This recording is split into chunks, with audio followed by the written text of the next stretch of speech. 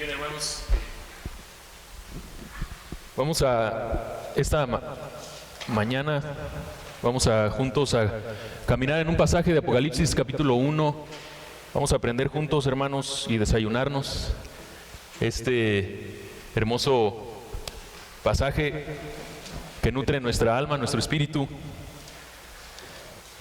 Apocalipsis capítulo 1, hermanos, vamos a ver bienaventuranzas aquí de Jesucristo. Ustedes saben que Jesucristo dio 7 bienaventuranzas en el Evangelio de Mateo, pues también hay 7 bienaventuranzas en Apocalipsis.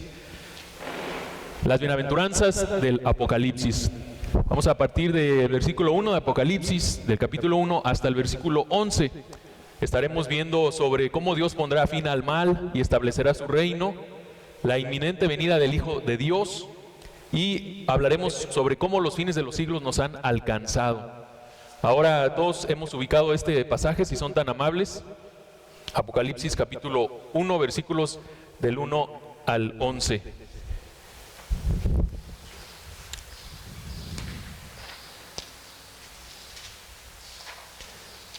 Muy bien, vamos a leer el versículo 1, hermanos, juntos. Dice la Escritura: la revelación de Jesucristo que Dios le dio para manifestar a sus siervos las cosas que deben suceder pronto, y la declaró enviándola por medio de su ángel a su siervo Juan. Vamos a orar, hermanos. Gracias, Señor Altísimo, porque en esta oportunidad que nos brinda, Señor, es un deleite, es una dicha enorme poder reunirnos juntos a meditar en tu palabra. Realmente nos deleitamos en ti, Señor. Para nosotros se nos despierta nuestra voluntad porque tú nos atraes.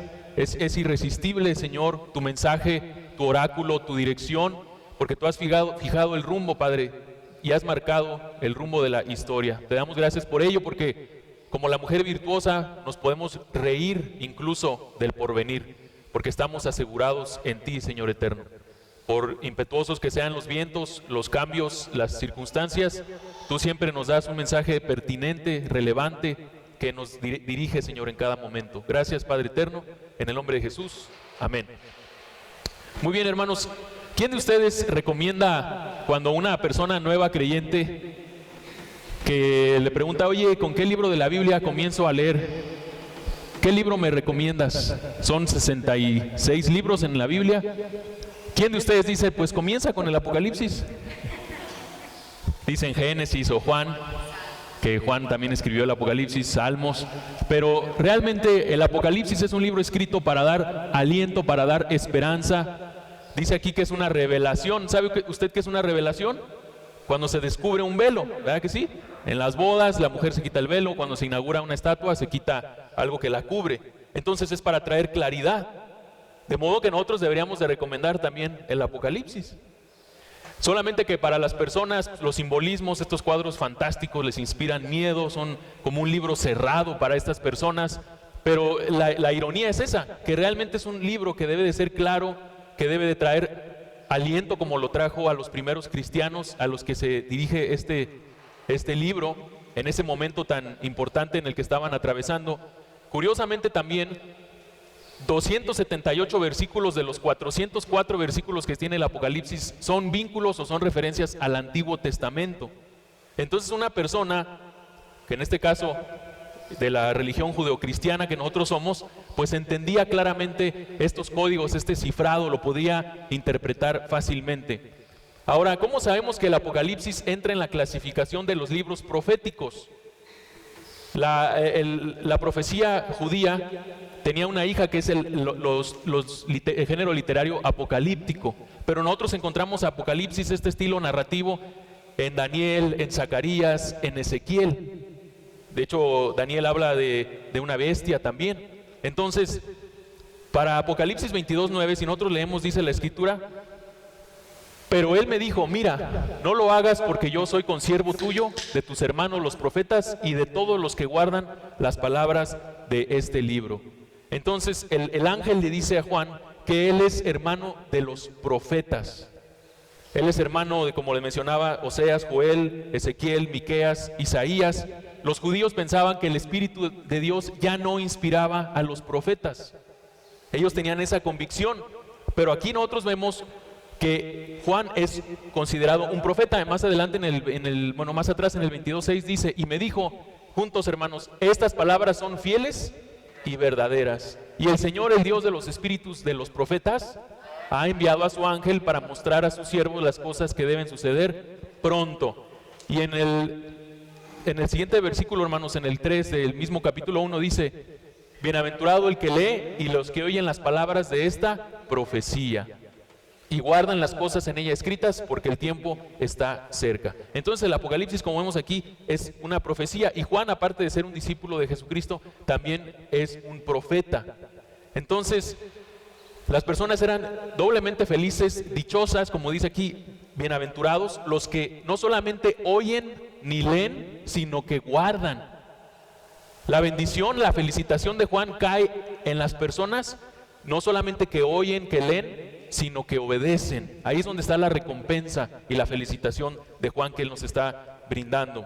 Entonces, como les mencionaba, hermanos, el propósito del Apocalipsis es vincular con el Antiguo Testamento, y aún su vínculo con el Nuevo Testamento es aún más estrecho, pero las personas tienden a aislar el Apocalipsis de todos los demás libros, como que eso es aparte, ¿sí? Como que no estuviera relacionado, pero vemos que está íntimamente relacionado. Entonces, por ello, la mejor manera para nosotros de estudiar este libro, esta revelación, pues es primero estudiando la revelación que Dios ya ha dado anteriormente. Pedimos que el lector recuerde que son muchos más los vínculos con el Antiguo Testamento, y es la mejor manera de prepararnos para una nueva revelación, apreciando y entendiendo la que el Señor ya nos ha dado anteriormente. Entonces, ustedes saben que este Apocalipsis surge en un problema social, cultural, político en el Imperio Romano, donde los cristianos estaban siendo perseguidos, estaban siendo sacrificados, estaban siendo echados en los circos romanos, donde Nerón alumbraba sus fiestas con cristianos ardiendo como con brea.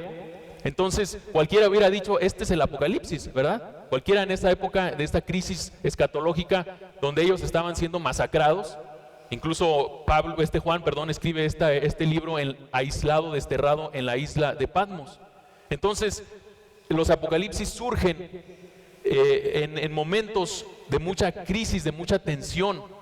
Y esa es la intención del Apocalipsis: interpretar los eventos que eran actuales en esas circunstancias a la luz de un mundo sobrenatural, a la luz del mundo futuro, ¿sí? Para que estas personas fueran influenciadas, estimuladas en su entendimiento, y la audiencia fuera estimulada por el mandato divino a tener esperanza, a tener obediencia y a cambiar su conducta, a poder ellos tener un actuar y una actitud diferente. Ahora, si nosotros vemos, hermanos, que en el Apocalipsis se repiten principios, se repiten fuerzas que operan en todas las eras de la historia humana: el abuso del poder, la usurpación de la autoridad divina. Nosotros podemos ver en medio de estos simbolismos principios que se repiten en cada generación. Esa es la intención del Apocalipsis: describir la lucha constante entre el reino de Dios y las fuerzas del mal desplegadas contra él. Y eso es lo que nosotros vamos a ver reiteradamente. De modo, hermanos, que nosotros podríamos tener 3 puntos, 3 apéndices. Número 1, el Apocalipsis tuvo significado para los cristianos de la primera época, del primer siglo. Tiene implicaciones para cada generación, como en la que estamos ahora, y describe una perspectiva amplia de los últimos tiempos. Así que las personas, como ahora nosotros podríamos decir, y como dijeron en algunos otros tiempos, pues hay un orden mundial, ¿sí? Hay un anticristo, hay falsos profetas. La Biblia dice que todo el que está en contra de Cristo es un anticristo. Todo el que dice que Jesucristo no vino en la carne, pues es un anticristo. Y sabemos que hay un orden mundial. Sabemos que si usted no obedece a Mamón, al dinero, como decía el Evangelio de Mateo, el ídolo que personificaba al dios del dinero se llamaba Mamón.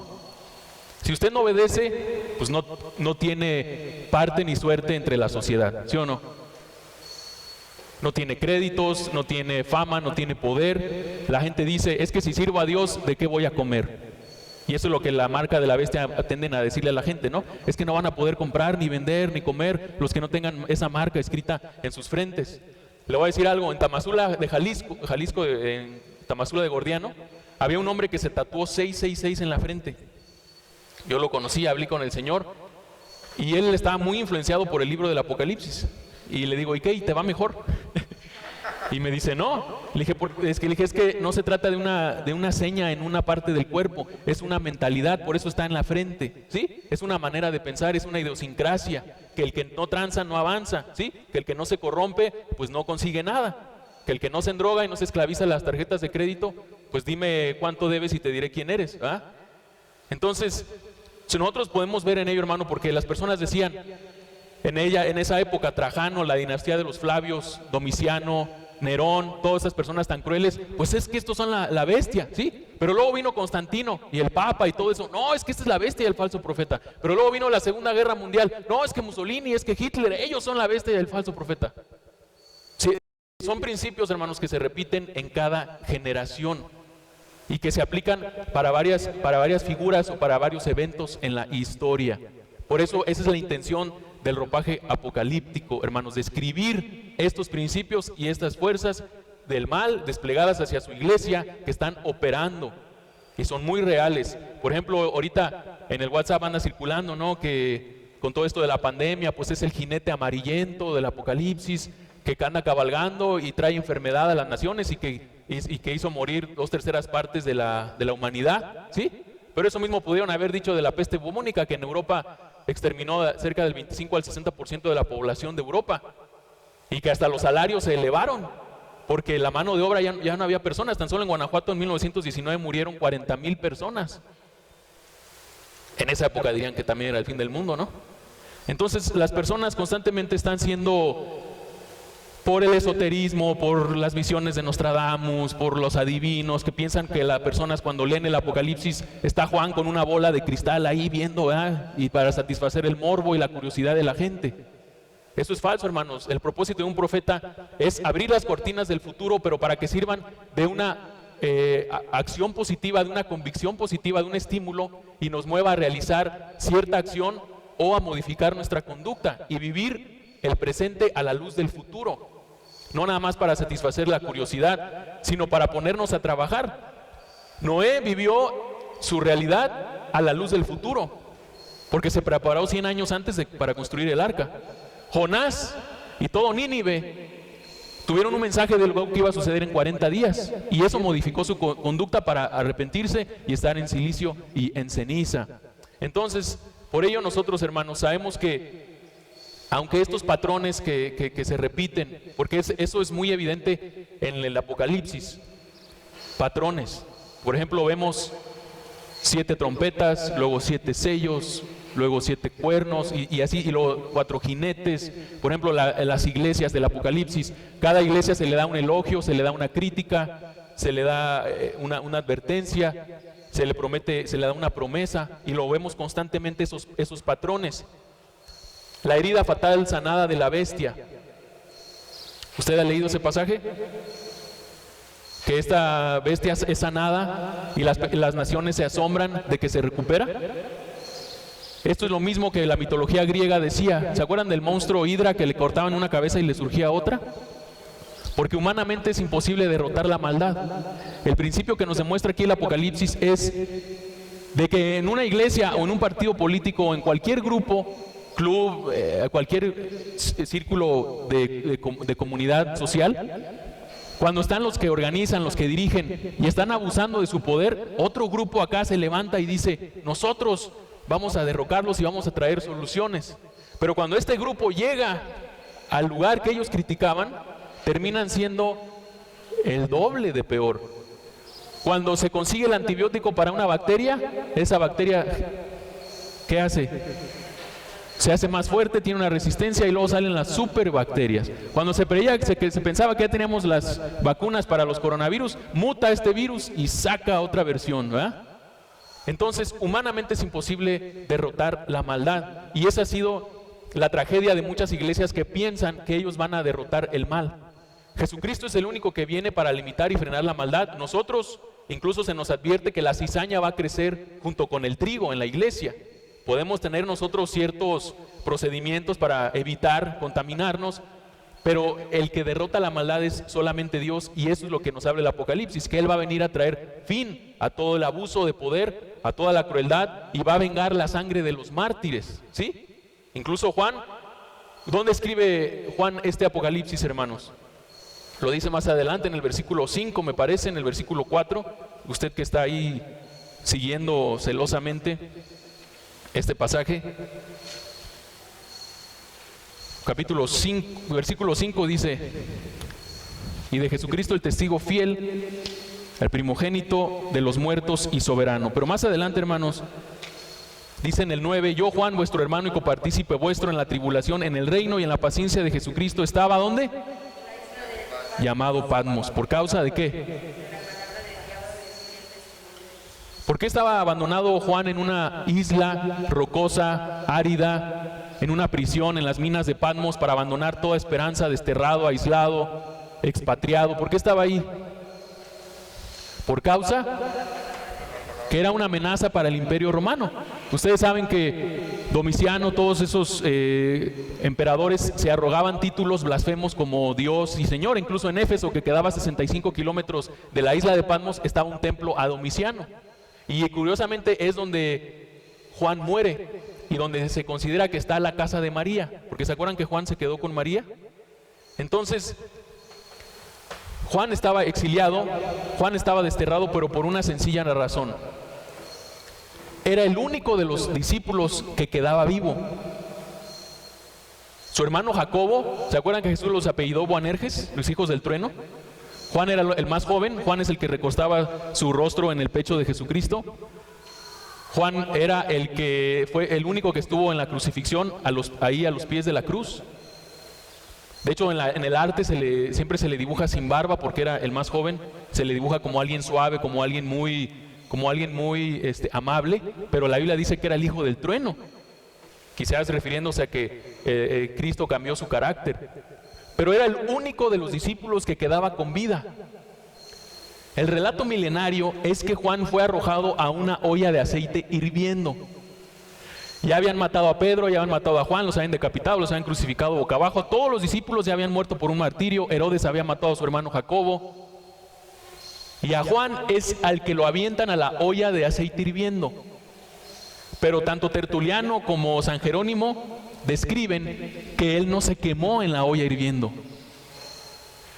Domiciano lo atribuyó a la magia, ya no quiso hacer otra cosa para matarlo, porque realmente la semilla de la iglesia es la sangre de los mártires, es lo que avivaba a la iglesia. Entonces lo destierra a la isla de Patmos. Es por eso que él hace eso.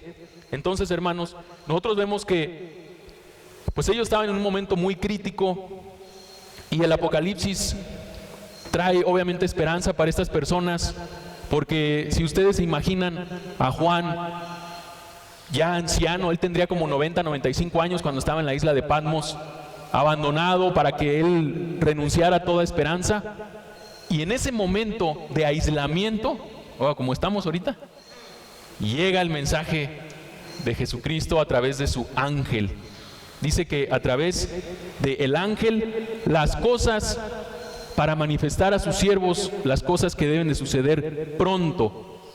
Ahora, ¿por qué dice pronto, tan inminente, si ni Juan ni los discípulos vieron la segunda venida? ¿Se acuerdan que a Juan Jesús le dice a los discípulos: si yo quiero que él quede hasta que yo venga, ¿a ti qué? ¿Recuerdan eso? Y muchos pensaron que Juan no iba a morir, pero aclara el Evangelio, ¿no?, que se refería a que si yo quiero que él quede, ¿a ti qué? O sea, que ¿a ti qué te importa? Pero la realidad es de que Jesús es el que viene, y sí vino a Juan. Incluso dice que lo tocó del hombro, le dice: levántate, no temas. Antes de que él muriera en este mensaje que vino por el ángel. Ahora, en 1900 años, hermanos, que han pasado después de este mensaje, ¿por qué Jesús no ha venido pronto? ¿Por qué son 1900 años, casi 2000 años? Dice Pedro que para el Señor un día es como 1000 años, Y 1000 años son como un día como el día que pasó. Porque Dios tiene tanto que hacer, ¿verdad? Que lo puede hacer en un día, o tiene tanto que hacer que tiene para 1000 años, para que le rinda 1000 años. Entonces, pero la venida inminente de Jesucristo, algo que está próximo a suceder, algo que está presto, es que es inevitable, ineludible, es para que nosotros estemos alertas. Es lo que leímos al principio, porque aquel siervo que piensa que su señor tarda en venir, empieza a golpear a los empleados, empieza en la glotonería, empieza en los excesos de la gula, en los excesos de la pereza, pues dice que su señor lo va a hallar y lo va a echar al llanto, ¿dónde dice? El crujir de dientes, al infierno. Entonces, esto de que Jesús viene pronto es para que nosotros estemos alertas, para que nosotros estemos despiertos, para que no nos confiemos. La mujer virtuosa se ríe del porvenir porque le vale, porque está a sus anchas así en la comunidad, o describe como 10 versículos antes todo lo que hace ella. La ley de clemencia está en su boca. ¿Qué más? Trae el pan de lejos, es una nutrióloga, no come murciélago. Si la ley de clemencia está en su boca, pues Levítico dice que no comamos murciélago. Sus hijos están vestidos con ropas dobles, es una inversionista, es una altruista, por eso ella se puede reír del porvenir. Y Juan tenía esta esperanza de que Jesús vendría y viene pronto. Después dice, por medio de su ángel, hermanos. Este mensaje, esta revelación viene, dice que Dios se la dio a Jesucristo y Jesucristo la envió a Juan por medio del ángel. Nosotros sabemos que el ángel es un mensajero que viene a él en la isla de Patmos. ¿Y por qué escoge a Juan? Nosotros sabemos que Juan era el discípulo amado, pero el discípulo amado que se recuesta sobre el pecho de Jesucristo rompe con el modelo machista que es objeto de una falsa adulación por nuestra cultura. ¿Sí o no? Un hombre que está recostado en el pecho de otro hombre, pues como que está medio raro para nosotros. Sin embargo, pues él no dudaba de su sexualidad. Él era una persona totalmente entregada a su maestro, que tenía una comunión, que oía el corazón de Jesucristo, imagínense. Así se le describe en los evangelios. Un hombre capaz de recostar su cabeza sobre el corazón de Jesús, y precisamente un hombre capaz de ser valiente y tenaz para estar en el día en que todos los demás discípulos huyeron a los pies de Jesucristo. Bueno, este hombre dice en el versículo 2 que ha dado testimonio de la palabra de Dios, y lo leemos juntos, hermanos. Dice que ha dado testimonio de la palabra de Dios y del testimonio de Jesucristo y de todas las cosas que ha visto. Entonces, bienaventurado el que lee y los que oyen las palabras de esta profecía y guardan las cosas en ellas escritas, porque el tiempo está cerca. Muy bien. Dice que somos bienaventurados si guardamos las cosas que están en ella escritas, pero si todas estas cosas las relegamos para después, las posponemos para el futuro, ¿de qué nos sirven hoy? En el ahora, en el ya. Usted no puede guardar ni puede ser dichoso estas cosas si nada más están posponiendo para un futuro, ¿sí? Si nada más se tienen como algo lejano. Aquí dice que es bienaventurado aquel que entiende, que guarda que tiene presente y no lo está posponiendo para el futuro. Entonces, Canclini decía que no podemos aplicar correctamente el Apocalipsis a nuestros días sin entender cómo fue pertinente para los cristianos de los primeros días. Por eso lo debemos nosotros de guardar. Y las 7 bienaventuranzas, hermanos, que están a lo largo del Apocalipsis, están una en el 1.3, como la leímos ahorita. La segunda dice, bienaventurados de aquí en adelante los muertos que mueren en el Señor. Apocalipsis 16.15 dice, bienaventurado el que vela. Apocalipsis 19.9 dice, bienaventurados los que son llamados a las cenas de las bodas del Cordero. 20.6 dice, bienaventurado y santo el que tiene parte en la primera resurrección. 22.7 dice, bienaventurado el que guarda las palabras de la profecía de este libro, nuevamente. Y el último, bienaventurados los que lavan sus ropas para tener derecho al árbol de la vida y para entrar por las puertas en la ciudad. Entonces, nosotros podemos ver aquí, hermanos, que estas bienaventuranzas se aplican para hoy. Recuerden que el mensaje profético es para ser obedecido, no es una predicción del futuro para entretener y para añadir más información, porque las personas tienden a ser sensacionalistas, esotéricos, tendenciosos, pero eso no perdura.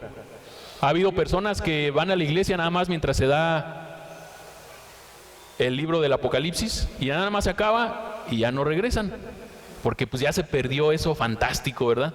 Ya se perdió eso sensacional, pero eso no perdura. Hay 5 escuelas de interpretación del Apocalipsis, hermanos. El dispensacionalismo, que divide la era de la historia humana en 7 partes, 7 dispensaciones. El futurismo, el que ve todo el Apocalipsis solo para después. El historicismo, que dice que todo fue en eventos de noticias que usted ve en la historia. El preterista, que solamente dice que el Apocalipsis se aplica a lo de las primeras iglesias. Y la idealista o poética. La interpretación que estoy dando es meramente idealista y poética en esta tarde. ¿Por qué, hermanos? Porque muchos agarran como Jesús en Lucas 22:64 el libro del Apocalipsis, así lo agarran. ¿Qué dice, hermanos? Si me ayudan a leerlo juntos y vendándole.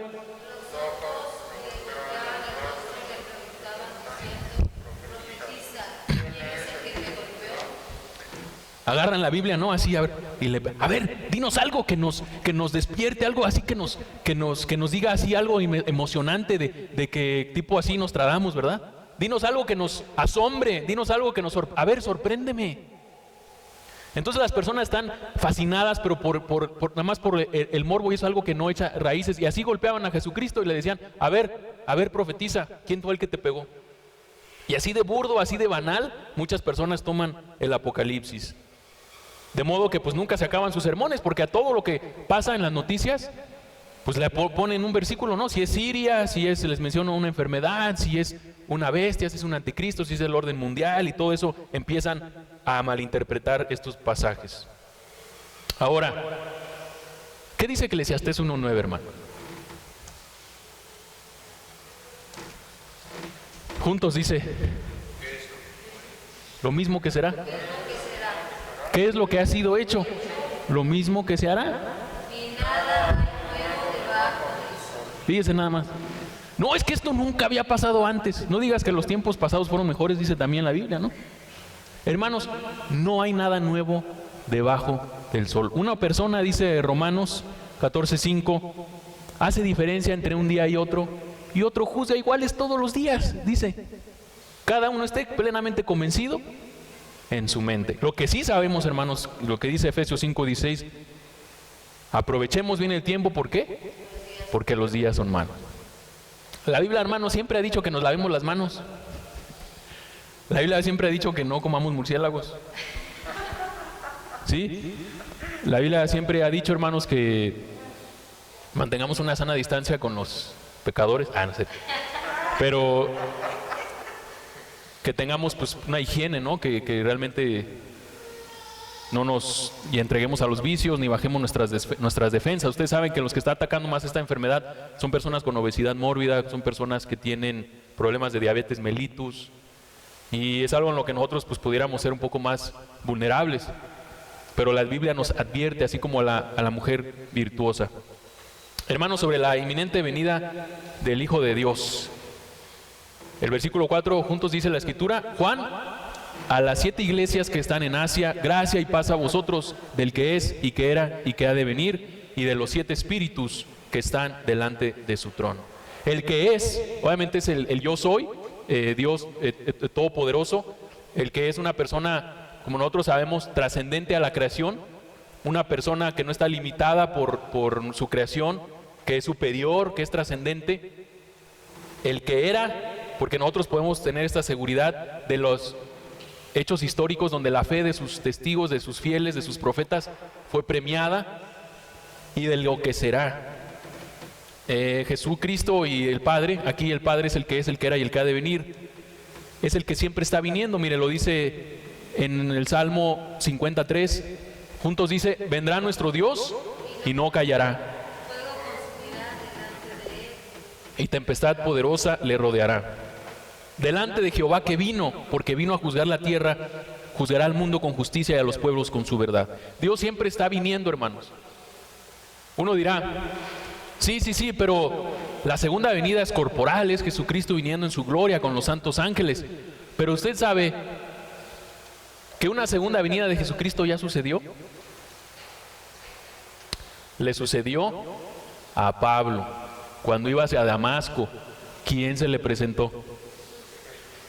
Esta idea, hermanos, de que Jesucristo viene es porque Él está viniendo para traer arrepentimiento, viene para proveer lo que la iglesia necesita, viene para premiar. De hecho, es de las advertencias de las iglesias del Apocalipsis: vendré a ti y quitaré tu candelabro. Pues vendré a ti, dice así, dice la Escritura. Entonces, el que viene es una descripción dinámica del interés y la actividad constante de Dios en su creación.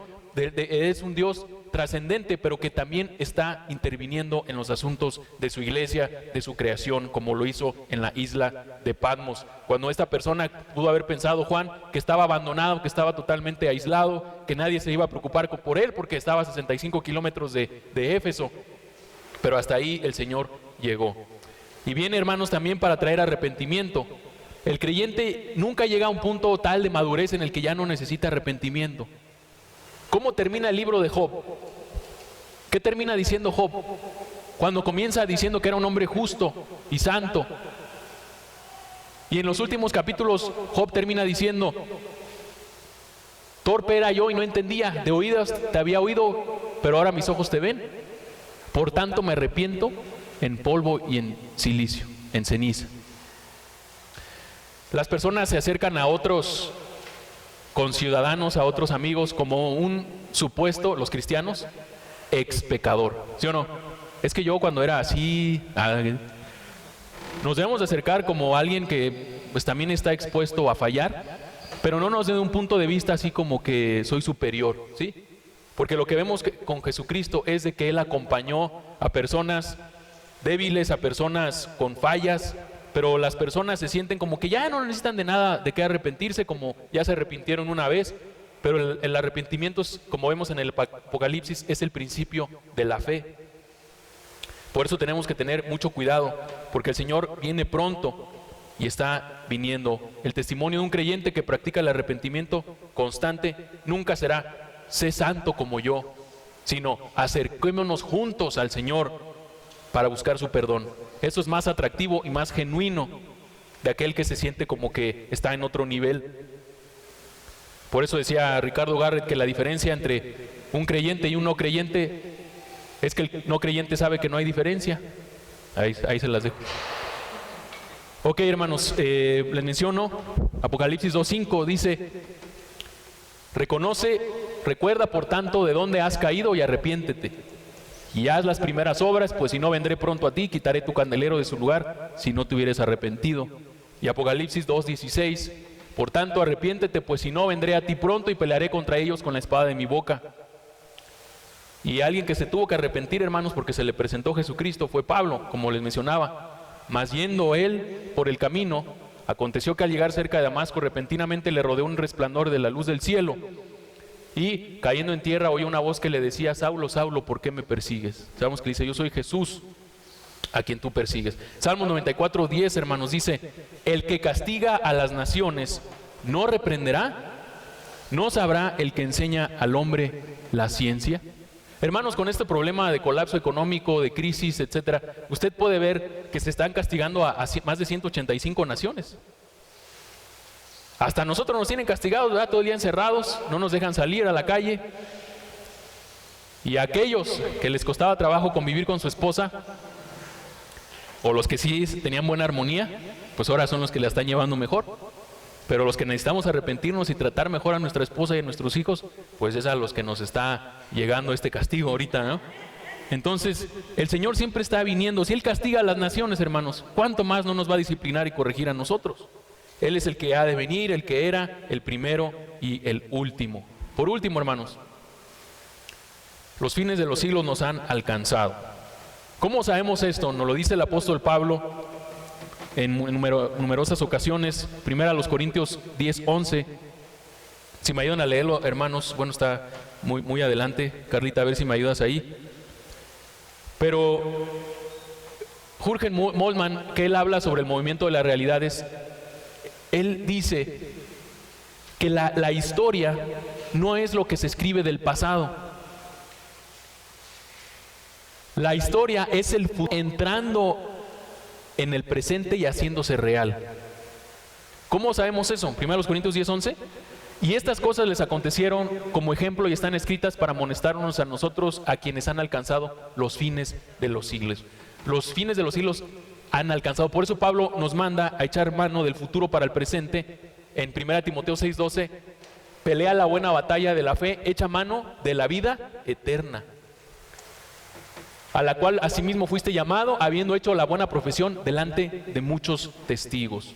Esto es echar mano del futuro para el presente, nosotros que marchamos hacia el futuro, pero el futuro que viene a encontrarse con nosotros, que está viniendo, el reino de Dios que viene a las almas de los que somos de Él. Se puede afirmar eso, que el reino de Dios tiene un dinamismo doble, una fuerza doble. Nosotros nos dirigimos a Él, lo anhelamos que Él venga, pero a la vez Él está viniendo hacia a nosotros a intervenir en la historia. Por último, en Hebreos 6:5 dice, y asimismo gustaron de la buena palabra de Dios y de los poderes.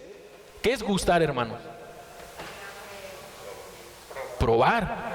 Usted puede experimentar el futuro en el hoy cuando lo cree. Un albañil que está trabajando es diferente a otro albañil que está trabajando pero sabe que en un mes se va a ir a la playa, ¿sí o no? Hasta las cucharadas las echa más contento, anda silbando, anda cantando, porque sabe que en un mes va a estar en la playa, aunque el único arena, sol y agua que vea sea la de la mezcla.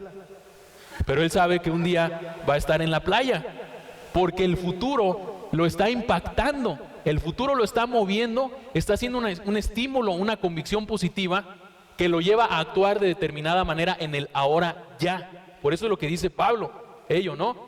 Que gusten de la palabra de Dios y de los poderes del siglo venidero. Entonces, hermanos, esto es una norma. Si usted abre cualquier profeta, cualquier texto, vea que es para que vivamos el ahora a la luz del futuro. Y por eso la mujer virtuosa se ríe del porvenir. Dice Proverbios 31:25, finalizamos juntos, hermanos. Fuerza y honor son su vestidura. Ríe de lo porvenir. Lo invito, hermano, a que se ría carcajadas del porvenir. ¿Por qué?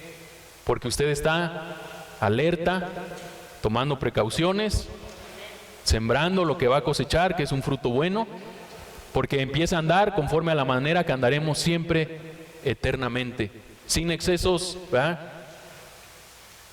Sin carne, sin corrupción, sino con el Espíritu, porque por eso Juan estaba en la isla de Patmos, en el Espíritu, dice así. Quizás estaba ayunando y fue cuando llegó esta revelación. Vamos a orar, hermanos.